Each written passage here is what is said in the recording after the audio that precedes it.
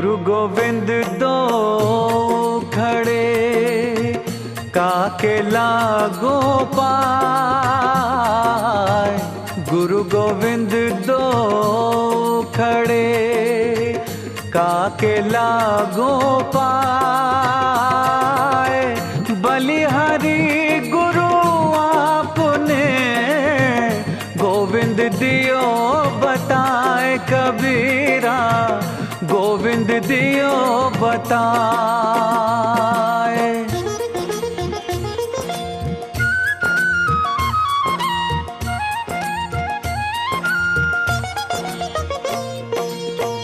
गुरु गोविंद सब एक है, बाकी सब आकार।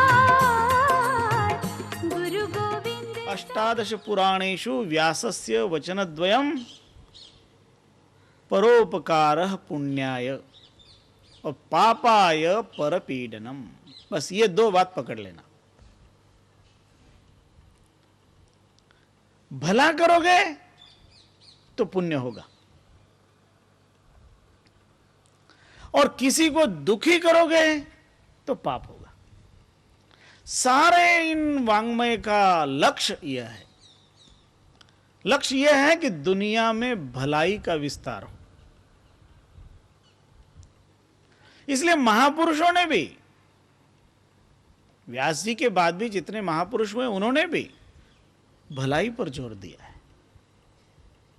और जगत में वास्तव में भलाई का ही विस्तार होना चाहिए। भेद नहीं फैलनी चाहिए, बुराई नहीं फैलनी चाहिए। और समझ लो कि आज नहीं तो कल इस दुनिया में एकता आने वाली है। आज नहीं, पर समय से इस दुनिया में ऐसी एकता आएगी कि जो भारत के और अमेरिका के और पाकिस्तान के लोग अलग अलग नहीं रह पाएंगे। सबको इकट्ठा होना पड़ेगा, और हो जाएंगे, होना ही पड़ेगा। और सबको बड़े प्रेम से रहना पड़ेगा। यदि नहीं रहेंगे तो वो अपना नाश कर लेंगे। इसलिए सबको प्रेम से रहना ही पड़ेगा, इकट्ठा होना ही पड़ेगा। क्यों? क्योंकि परिणाम यह होने वाला है भविष्य में। जैसे संहारक यंत्र ये मानव पैदा करता जा रहा है, और जिस तरह से विज्ञान की उन्नति होती जा रही है, जिस तरह से विज्ञान आगे बढ़ता जा रहा है, और इस ब्रह्मांड में अभी इस मानव की पहुंच बहुत दूर नहीं पहुंची है, कोशिश चल रही है। कभी मंगल पर उतारने की कोशिश चल रही है यान को, कभी चंद्रमा पर जाने की कोशिश करता है ये इंसान, कोशिश कर रहा है। और यहां भी कभी कभी यूएफओ की बात आती है।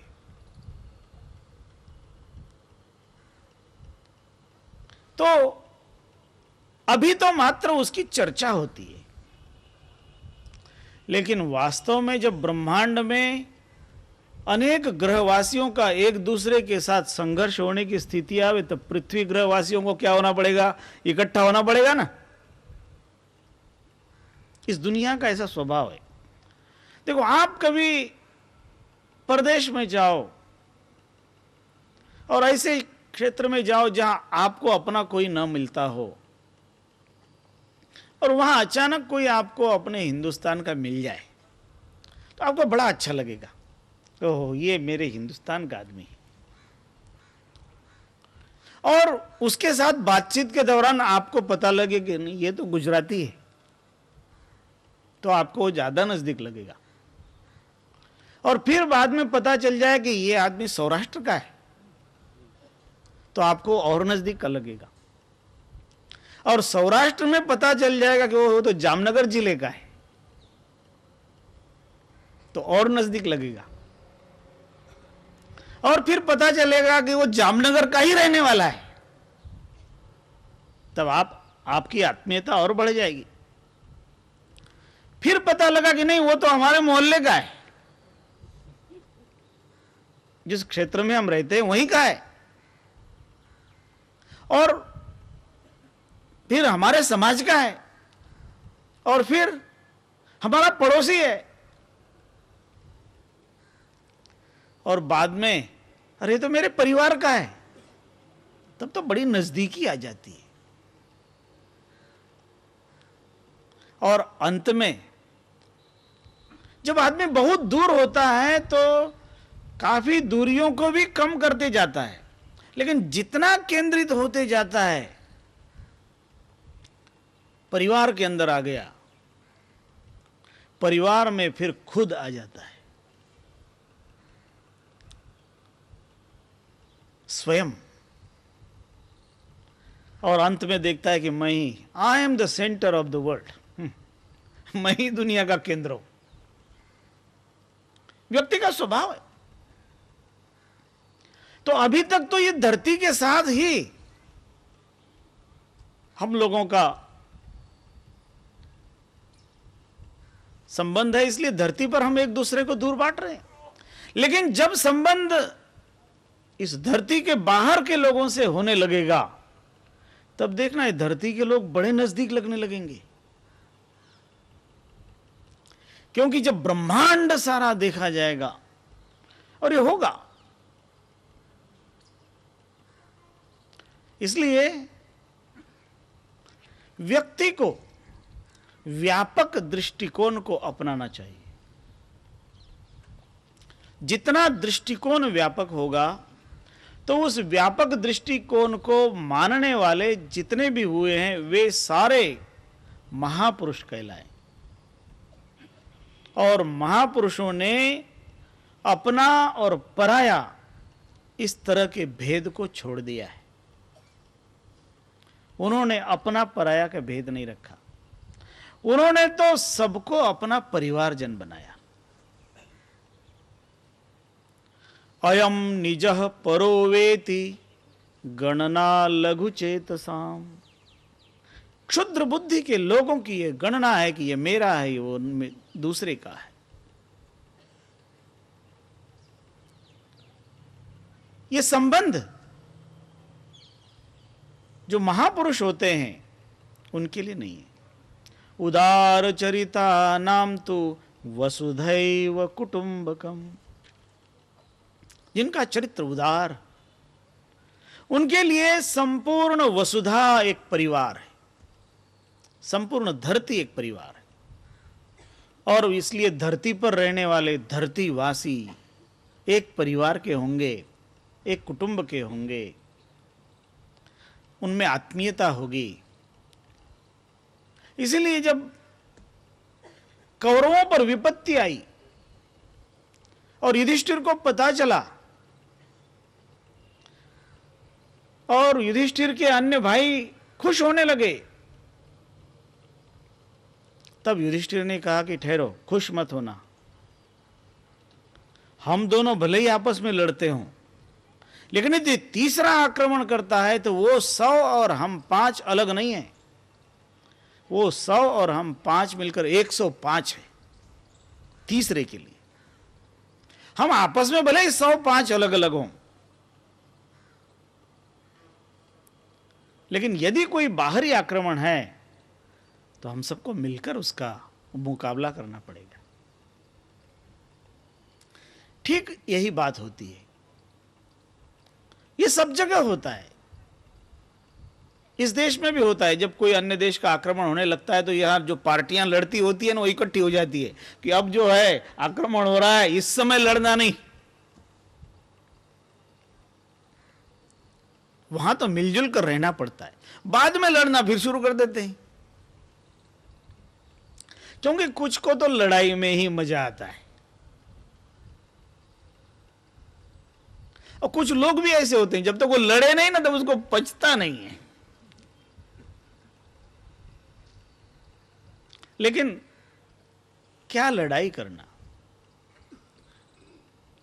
काहे करत लड़ाई, क्यों लड़ाई करते हो? राम रहीमा एक है रे, काहे करो लड़ाई। राम कहो चाहे रहीम को, यह कबीर साहब कहते हैं, एक ही है, वो परमात्मा ही एक है, फिर लड़ाई क्यों करना? और उस परमात्मा के नाम पर लड़ाई? देखो, धन संपत्ति की लड़ाई ठीक है, राज्य व्यवस्था के लिए लड़ाई ठीक है, लेकिन परमात्मा के नाम से हो, यह गड़बड़ है। और प्राय लोग परमात्मा का ही आधार लेकर के लड़ाई करते हैं। इकबाल ने एक बड़ा सुंदर गीत लिखा था, मजहब नहीं सिखाता आपस में बैर रखना। ये इकबाल के शब्द हैं। मजहब नहीं सिखाता आपस में वैर रखना, लेकिन सबसे ज्यादा झगड़े ये मजहबों में होते हैं। इस दुनिया का इतिहास यदि देखा जाए तो इस दुनिया के इतिहास में जितने झगड़े मजहब के कारण हुए, उतने और कारणों से नहीं हुए।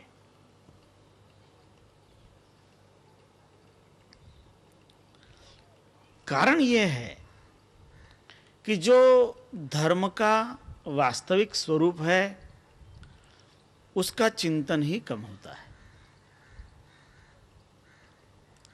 धर्म तो इंसानियत का एक सिद्धांत है, मानव धर्म, मानवता का धर्म।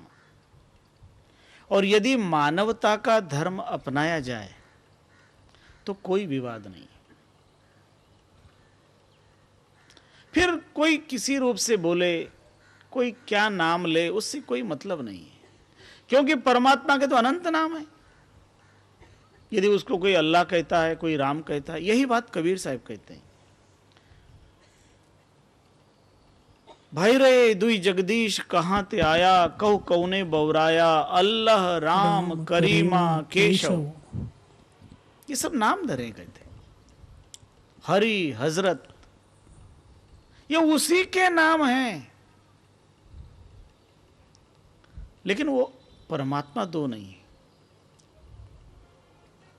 कहते वही राम है, वही अल्लाह है, वही केशव है, वही करीम है, वही रहीम है। क्योंकि उस परमात्मा ने कोई अलग अलग सूर्य नहीं बनाया किसी के लिए,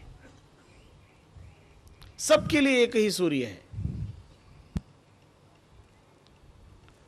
धरती एक बनाई, पवन एक ही सबके लिए चलता है, बादल एक समान वृष्टि करते हैं।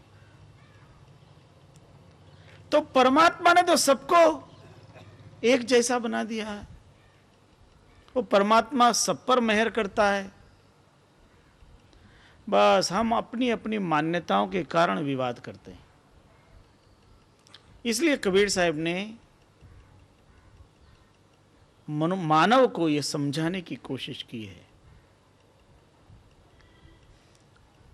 यह समझाया कि देखो, सोने के गहने बनते हैं, अलग अलग नाम रखे जाते हैं, लेकिन यदि हम सुनार के पास उन गहनों को बेचने के लिए ले जाते हैं, तब वो सुनार उन गहनों के आकार के हिसाब से उसकी कीमत नहीं करता। वो उसमें कितना सोना है उस हिसाब से उसकी कीमत करेगा। गहना एक कनक ते गहना, यामे भाव न दूजा। उसी तरह कहते हैं, कहन सुनन को दुई कर थापे, एक नमाज एक पूजा। ये तो कहने सुनने के लिए अलग अलग है, नमाज है, पूजा है। कोई पूजा करता है, कोई नमाज पढ़ता है, दोनों ही आराधना के रूप हैं। पूजा कर रहा है तो भी ईश्वर की आराधना है, नमाज पढ़ रहा है तो भी ईश्वर की आराधना है। इसलिए वो अपने ढंग से कर रहा है, हम अपने ढंग से कर रहे हैं। इसमें कोई भेद करने की जरूरत नहीं। इसलिए कबीर साहब कहते हैं, हिलमिल के रहो। हिलमिल रहना, देकर खाना, नेकी बात सिखाते रहना, जपना निर्गुण नाम, रेमन नेकी कर ले, 2 दिन का मेहमान, रेमन नेकी कर ले। गुरुदेव रामस्वरूप दास जी महाराज साहब तो इस बात को बारंबार कहा करते थे। यह भजन हमने उनके मुखारविंद से अनेक बार सुना, आपने भी सुना होगा।